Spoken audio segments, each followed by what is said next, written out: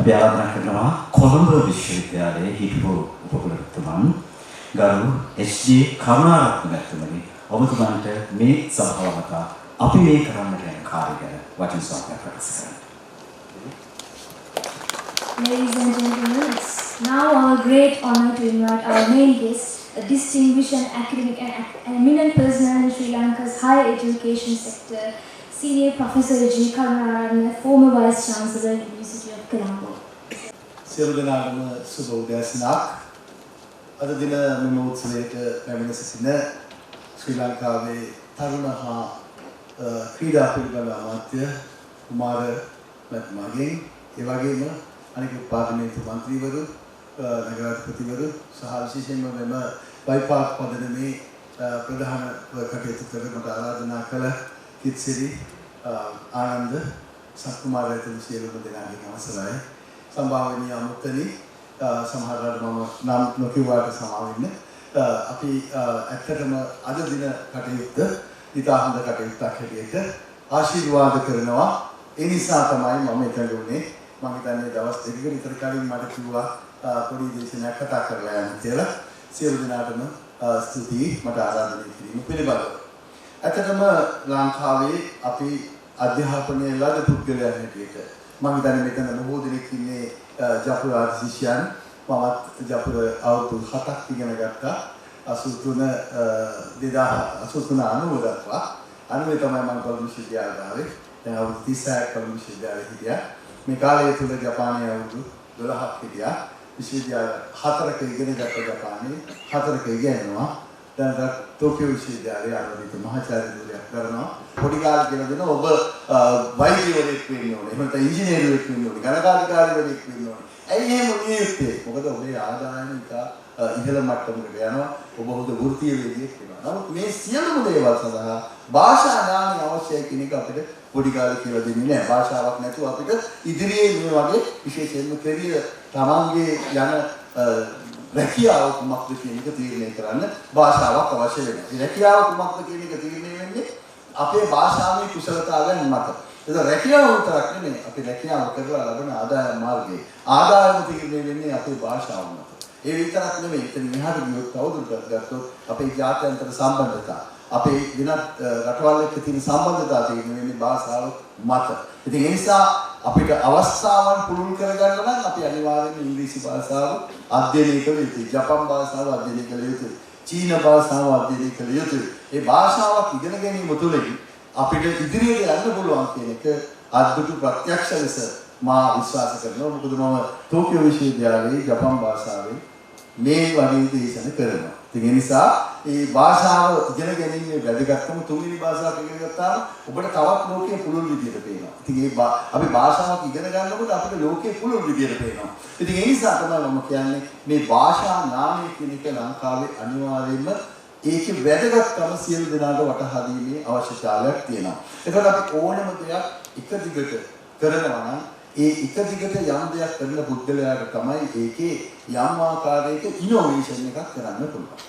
ඒක දැන් ලංකාවේ ඇත්තටම මේ ටියුෂන් කරන ගුරුවරු එහෙම නැත්නම් ඒ විෂය දිගටම උගන්වන ගුරුවරු ඕන් නිර්මාණ කරනවා. ඒ නිර්මාණ පිළිබඳ ඇගීමක් නැහැ. අපි හැමතිස්සෙම ටියුෂන් ගුරුවරයා කෙනෙක් කියලා පැත්තට දාලා දෙන්නේ මේ රටේ. නමුත් පාසල් ගුරුවරු ඒ විෂය ඒ විදිහට උගන්වනවා නම් නිර්මාණ කරනවා. ඉතින් මේ නිර්මාණ කරන නිර්මාණ වලට ඇගීමක් දීලා ඒ නිර්මාණ ඉදිරියට ගෙනල්ලා ඒ භාෂාව ඉගෙනීමේ ක්‍රමවේද පුළුල් කරනවා කියන එක තමයි මම හිතන්නේ වැදගත් වෙන්නේ. මොකද භාෂාවක් ඉගෙනීමේ ක්‍රමවේද නිතරම වෙනස් වෙනවා. දැන් ඔබ ඕනම පුද්ගලයෙක් ජපානයට ගියොත් ජපන් පන්ති ටික ඒගොල්ලන්ගේ තියෙන ඒ ටික ෆලෝ කළොත් අවුරුදු 2කමාරකින් ඔබ තනිකර ජපන් ජාතිකයෙක් විදිහට ජපන් කතා කරන්න පුළුවන්. ඒ තත්ත්වයට ජපන් උගන්වන ක්‍රමවේද දිනු කළා තියෙනවා. අවාසනාවකට ලංකාවේ ඉංග්‍රීසි භාෂාව උගන්වන ක්‍රමවේද දිනුව කිරීම හැෙන්නේ අපිට ඉතාම කලාතුරකින්. මේ ක්‍රමයෙන් දිනු කරන්න පුළුවන් මේ ක්‍රමයෙන් දිනු කරන්න. ඒ නිසා අපි අධ්‍යාපන ක්‍රමවේද දිනු කිරීම නිසා විශේෂයෙන්ම අපි ස්තුතිවන්ත වෙන්න ඕනේ මේ ෆයිව් පාත් ෆවුන්ඩේෂන් එකට අධ්‍යාපන ක්‍රමවේදයක් ඉදිරියට ගෙනල්ලා රටේ අවධානයක් ඇති කරලා වැඩි දෙනෙකුට මේ ඉංග්‍රීසි භාෂාව ලබා දීමට උත්සාහ කිරීම සම්බන්ධව. ශ්‍රමිකයෝ විදේශීය රටවලට යවුවා. ඒ විදේශීය රටවලට ගිය අය ඒ ගිහිල්ලා ගොඩක් කල් හිටපු අය දැන් තේරුම් ගන්න තියෙනවා ඒ රටේ මම රැකියාවක් විතරක් කරුවා ප්‍රමාණවත් නෑ කියලා. බොහෝ දෙනෙක් කියනවා අපි ලංකාව වගේ රටක ව්‍යාපාර පටන් ගන්න ඕනේ, බිස්නස් පටන් ගන්න ඕනේ. මොකක් හරි දෙයක් ලංකාවෙන් මෙහෙට ගේන්න ඕනේ. එහෙම මෙහි දෙයක් ලංකාවට යවන්න ඕනේ. අන්න එතනදී සම්බන්ධතා තවත් පුළුල් කරන්න අර භාෂාවේ වැදගත්කම නැවතත් එනවා. මගේ පරීක්ෂණවලදී මම උදාහරණයක් හැටියට 2006 මම ජපානයේ හෝසි විශ්වවිද්‍යාලයේ උගන්වනකොට මම ලංකාවෙන් ගිහිල්ලා ජපානයේ ව්‍යාපාර කරන 100 දෙනෙක්ව ඉන්ටර්විව් කළා. ඊට පස්සේ 2016 මම ගිහිල්ලා ටෝකියෝ විශ්වවිද්‍යාලයේ උගන්වනකොට මම ලංකාවෙන් ගිහිල්ලා ජපානයේ ව්‍යාපාර කරන 315 දෙනෙක් ඉන්ටර්විව් කළා. ඉතින් මෙන්න මේවයින් වටහාගත්ත දේ තමයි මම කියන්නේ. ඇත්තටම ලංකාවේ භාෂා ඥානය කියන එක ඔවුන්ගේ විශේෂයෙන්ම ලංකාවෙන් ගිහිල්ලා ජපානයේ ඉන්න අයගේ ජපන් භාෂාව අතිවිශිෂ්ටයි. බොහෝ මේ ජපන් ජාතිකයන් කියන ඔබේ රටේ ජපන් කතා කරනවා හරියටම ජපන් ජාතිකයෙකු වගේ. එහෙම නැත්නම් ඔබේ රටේ අය අපිට පුළුවන් නම් තව කෙනෙක් රැකියාවට ගන්න. මේවා තමයි ජපානයේ සාමාන්‍ය සතුරු කෙනෙක් ඉන්ටර්විව් කරලා ඔබට ලැබෙන්නේ. ඒ මොකද ලංකාවෙන් ජපානයට ගිය අය දිහා බැලුවොත් ඔවුන් ගිහිල්ලා අර අවුරුදු දෙකමාරක පරිවර්තනයේට බොහෝ දෙනෙක් ලක් වෙලා ඉන්නේ. ඒ කියන්නේ භාෂාව උගන්වලා තියෙන උගේ නිවැරදි ක්‍රමවේදයකින්. ඔබේ වයසනේ දැන් මම ජපන් භාෂාව ඉගෙන ගන්න පටන් ගත්තේ අවුරුදු 28. ශිෂ්‍යත්වයක් කරන් ජපානට ගිහිල්ලා ආචාර්ය පදේ පටන් ගන්නකොට තමයි මම ජපන් භාෂාව ඉගෙන. නමුත් අද තත්ත්වය බලවහම ඇත්තටම ඒක තමයි අපි අවධානය යොමු කළ යුතු ඉංග්‍රීසි භාෂාවට වයසක් නැහැ. ඕනම වයසක තරුණයෙකුට පාසල් නොගිය තරුණයෙකුට උනත් ඉංග්‍රීසි භාෂාව උගන්වන්න පුළුවන් ක්‍රමවේද දිනු වෙන්න ඕන. අපි ඒ කාලේ කියන්නේ ලිවීම කියවීම වැඩි වෙනකොට දැන් ගොවියාට මේ තෙල් බෝතලේ ලියලා තියෙන එක කියවන්න පුළුවන් වුණාම උන් තෙල් ලියන එක වැඩි කරන්න පුළුවන්. නැත්නම් නිෂ්පාදනය වැඩි කරන්න පුළුවන්. ඒ වගේ ලිවීම කියවීම. නමුත් අද සාක්ෂරතාවය කියන්නේ ලිවීම කියවීම නෙවෙයි. සාක්ෂරතාවය කොහොම කරුණු පහක් ඇතුළත් වෙනවා. එකක් තමයි භාෂා ඥානය. කීයක් භාෂාවන් කතා කරන්න පුළුවන්. විශේෂයෙන්ම ලංකාව වගේ රටකින් එළියට ගියපු ගමන්ම ඒ රටේ මිනිස්සු බලාපොරොත්තු වෙන්නේ අපිට භාෂා ගොඩක් කතා කරන්න පුළුවන් කියලා. ඒකට හේතුව ආසියාතික රටවල් භාෂා ගොඩක් භාවිතා කරනවා. ඒතකොට භාෂාවන් කොච්චර භාවිතා කරන්න පුළුවන්ද කියන එක අද සාක්ෂරතාවයේ මනින වෙනුම. ඒ වගේම අපි කොහොමද මේ පරිගණක එහෙම නැත්නම් මොබයිල් ෆෝන් මම හැමතිස්සෙම කියන්නේ අපේ විශ්වවිද්‍යාල ශිෂ්‍යයන්ට ඉස්සෙල්ලා මොබයිල් ෆෝන් එකේ ස්මාර්ට් පාර්ට් එක ඉගෙන ගන්න. ජංගම දුරකථනය සහ අපි ස්මාර්ට් ෆෝන් කියලා එකක් ආවනේ. ඒක ස්මාර්ට් පාර්ට් එකේ අපි කොච්චර දන්නවද?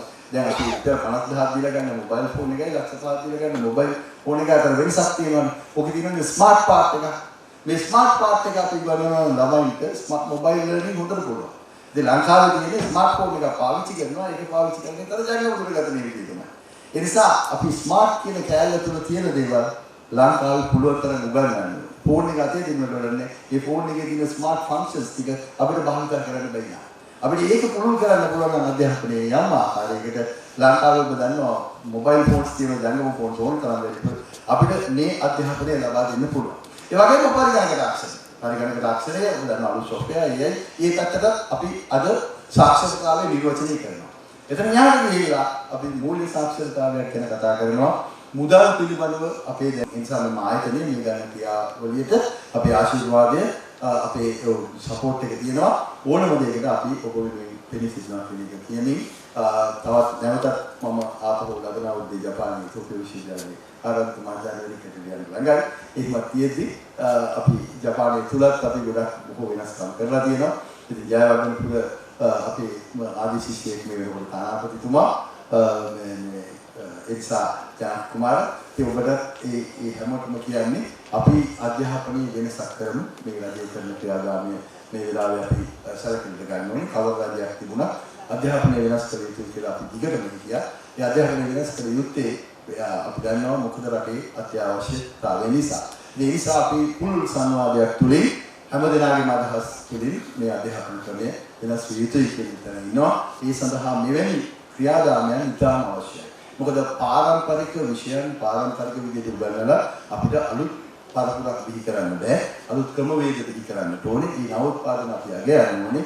ඒ ක්වොලිටි ඇෂුරන්ස් අපි කරන්න ඕනේ. ඒවා ඉදිරියට යනවා නම් ඒකට දියුණු වෙන රටක් බවට පත් වෙනවා. අපි සියලු දෙනාම ප්‍රාර්ථනා කරමු අනාගතයේදී ශ්‍රී ලංකාව දියුණු රාජ්‍යයක් වේවා කියලා. සියලු දෙනාට බොහොම ස්තුතියි මට ආරාධනය කිරීම.